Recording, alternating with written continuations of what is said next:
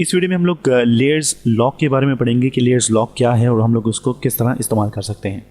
हमारे पास ये जो लेयर्स हैं उसमें आप लोग ऊपर यहाँ पे लॉक देख सकते हैं, लॉक ऑप्शन देख सकते हैं। उसके बाद हमारे पास 1 2 3 4 किस्म के आइकन्स अवेलेबल हैं लॉक के साथ। तो उसके बारे में हम लोग स्टडी करेंगे कि ये क्या है।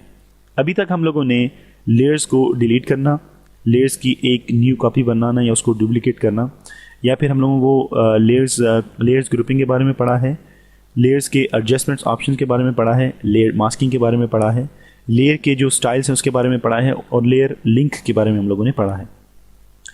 उसके बाद हम लोगों ने इसकी जो फिल और इसकी जो ओपेसिटी है उसके बारे में पढ़ा है। लेयर के जो हमारे पास ब्लेंडिंग मूड्स हैं उसके बारे में हम लोगों ने पढ़ा है। अब हम लोग पढ़ेंगे कि लेयर्स लॉक क्या है।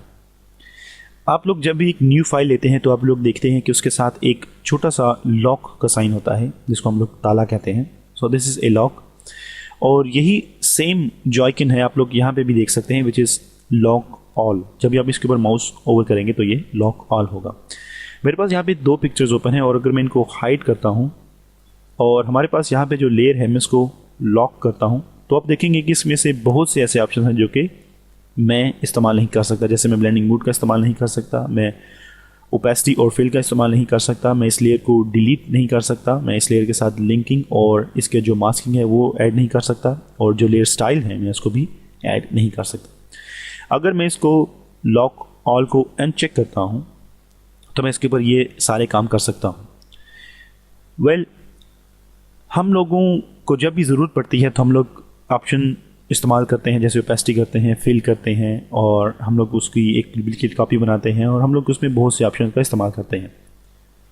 अगर आप लोग चाहते हैं कि आप लोगों के प्रोजेक्ट में कुछ ऐसी लेयर्स हैं जो कि आप लोग इस्तेमाल नहीं करना चाहते और उसके ऊपर जो ऑब्जेक्ट्स आपने शामिल किए हैं वो भी आपके लिए ज़रूरी हैं, आप नहीं चाहते कि आप लोग उन लेयर्स का इस्तेमाल करें और उससे एक डुप्लीकेट कॉपी बनाएं या उसके ऊपर ओपेसिटी और फिल को आप लोग बार बार मूव करें, तो उसके लिए आप उस लेयर को सिलेक्ट कर सकते हैं, उसको लॉक कर सकते हैं और ये सारे फंक्शन उसमें स्टॉप हो जाएंगे।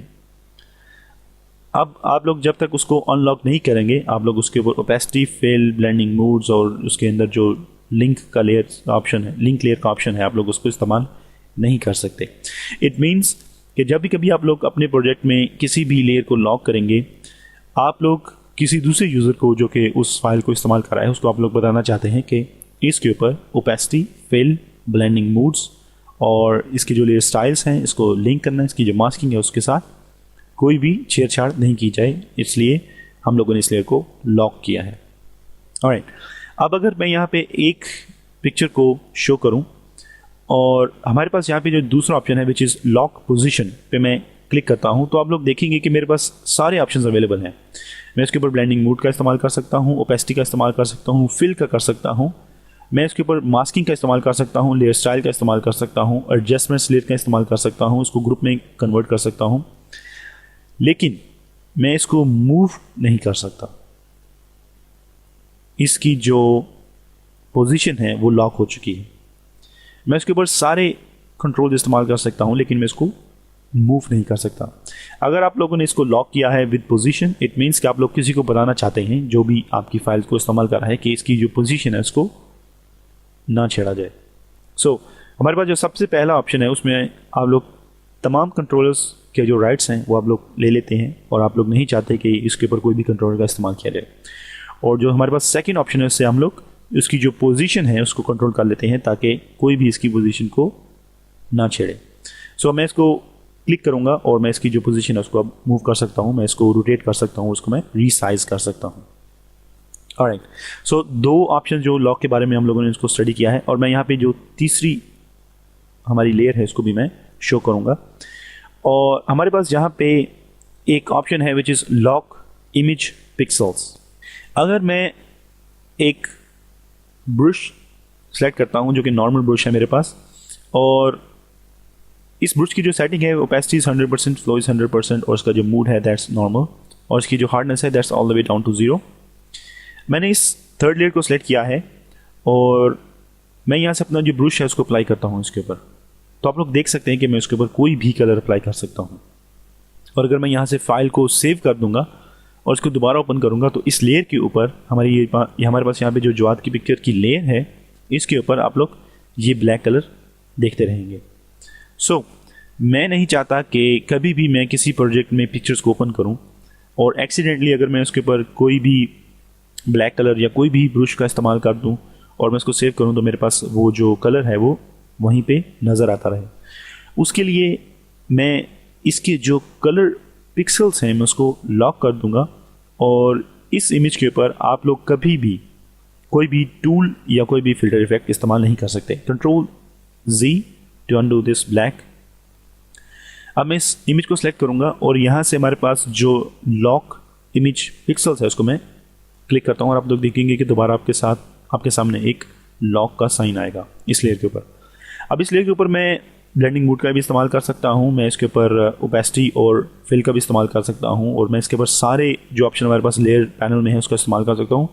इवन मैं इसको मूव भी कर सकता हूँ, जबकि हम लोगों ने जो लास्ट ऑप्शन पढ़ा है लॉक पोजीशन में मैं इसको मूव नहीं कर सकता था, मैं इसको रोटेट कर सकता हूँ, इसको रिसाइज कर सकता हूँ। लेकिन जब भी कभी मैं अपना ब्रश टूल लूँगा मैं इसके ऊपर कोई भी टूल जो है उसका इस्तेमाल नहीं कर सकता। जैसा कि आप लोग देखेंगे कि मैं अगर इसको इरेज करना चाहता हूँ, इसको ब्लोर करना चाहता हूँ, इसको डॉज टूल की मदद से इसको कलर करना चाहता हूँ तो मैं इसके ऊपर वो तमाम काम नहीं कर सकता। लेकिन मैं इसके ऊपर सिलेक्शन कर सकता हूँ, मैं इसको क्रॉप कर सकता हूँ, मैं इसको मूव कर सकता हूँ। लेकिन मैं इसके ऊपर जो टूल्स हैं जैसे कि मैं healing brush tool, gradient tool, इनका इस्तेमाल नहीं कर सकता जो कि इस पिक्चर को इफेक्ट करते हैं। So image lock image pixel का मतलब है कि आप लोग इसके जो पिक्सल्स हैं जो कि इस इमेज में शामिल हैं उसके ऊपर आप लोग कोई भी फिल्टर इफेक्ट या कोई भी टूल जो हमारे इमेज को इफेक्ट करता है कलरिंग से या शेड से, आप उसका इस्तेमाल नहीं कर सकते।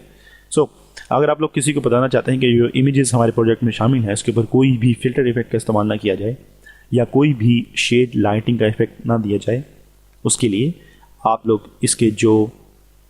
लोग जो इसका लॉक इमेज पिक्सल है उसको चेक करेंगे और यहाँ पे ये लॉक हो जाएगी। सो अब मैं अनचेक दिस, तो हम लोग इस तरह इस इमेज के ऊपर बहुत से रिस्ट्रिक्शंस लगा सकते हैं। जैसे इसको लॉक ऑल कर सकते हैं, हम लोग इसके ऊपर पोजीशन लॉक कर सकते हैं और इसकी जो इमेज पिक्सल्स हैं उसको लॉक कर सकते हैं। हमारे पास यहाँ पे एक और ऑप्शन है which is lock transparent pixels. हमारे पास यहाँ पे ये जो इमेज है ये इसके अंदर फुल पिक्सल्स हैं, इस इमेज के अंदर फुल पिक्सल्स हैं और इसके अंदर कोई भी ट्रांसपेरेंट पिक्सल नहीं है। मैं आपको यहाँ पे एक ट्रांसपेरेंट पिक्सल की एग्जांपल दिखाता हूँ। ये जो पिक्चर है ये ट्रांसपेरेंट है, इसका ये जो बैकग्राउंड है इसके ऊपर आप लोग कोई भी कलर फिल करेंगे तो ये जो इमेज है आपको इसके जो पिक्सल्स हैं, ये हमारे पास जो ब्लू पिक्सल्स हैं ये इसी तरह रहेंगे और जब भी कभी आप लोग कोई भी कलर इसके बैकग्राउंड में फिल करेंगे तो वो ऑटोमेटिकली आपको ब्लू पिक्सल्स नजर आते रहेंगे। ऑलराइट, अब अगर मैं चाहता हूं कि हमारे पास यहाँ पे जो ट्रांसपेरेंट पिक्सल हैं जिनके दूसरी जानिब भी हम लोग देख सकते हैं, मैं चाहता हूं कि मैं इनको कलर करूं। अगर मैं इस लेयर को सिलेक्ट करता हूं और मैं इनको कलर करना चाहता हूं तो मेरे पास 2-3 ऑप्शंस हैं। जैसे कि मैं यहाँ पे ग्रेडियंट टूल का इस्तेमाल करता हूं और अगर फर्ज कीजिए मैंने कोई भी कलर सेलेक्ट किया है फ्रॉम द ग्रेडियंट,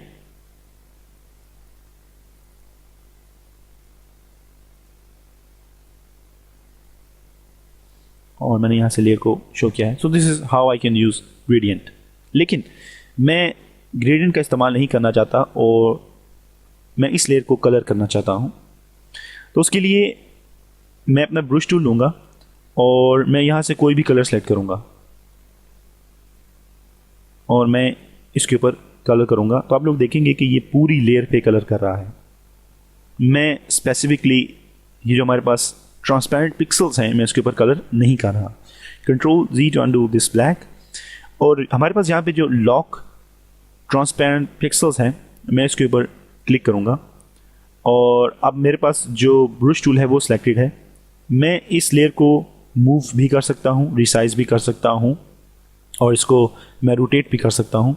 इसके अलावा मैं इसके ऊपर ब्लेंडिंग मोड का इस्तेमाल कर सकता हूँ, ओपेसिटी और फिल का इस्तेमाल कर सकता हूँ और मैं इसके ऊपर डिलीट लेयर्स एडिंग और ब्ला ब्ला ब्ला जितने भी हमारे पास लेयर्स में ऑप्शन हैं मैं उनका इस्तेमाल कर सकता हूँ। इसके अलावा मैं इसके ऊपर हमारे पास यहाँ पे जो फिल्टर्स और टूल्स हैं इसका भी इस्तेमाल कर सकता हूँ।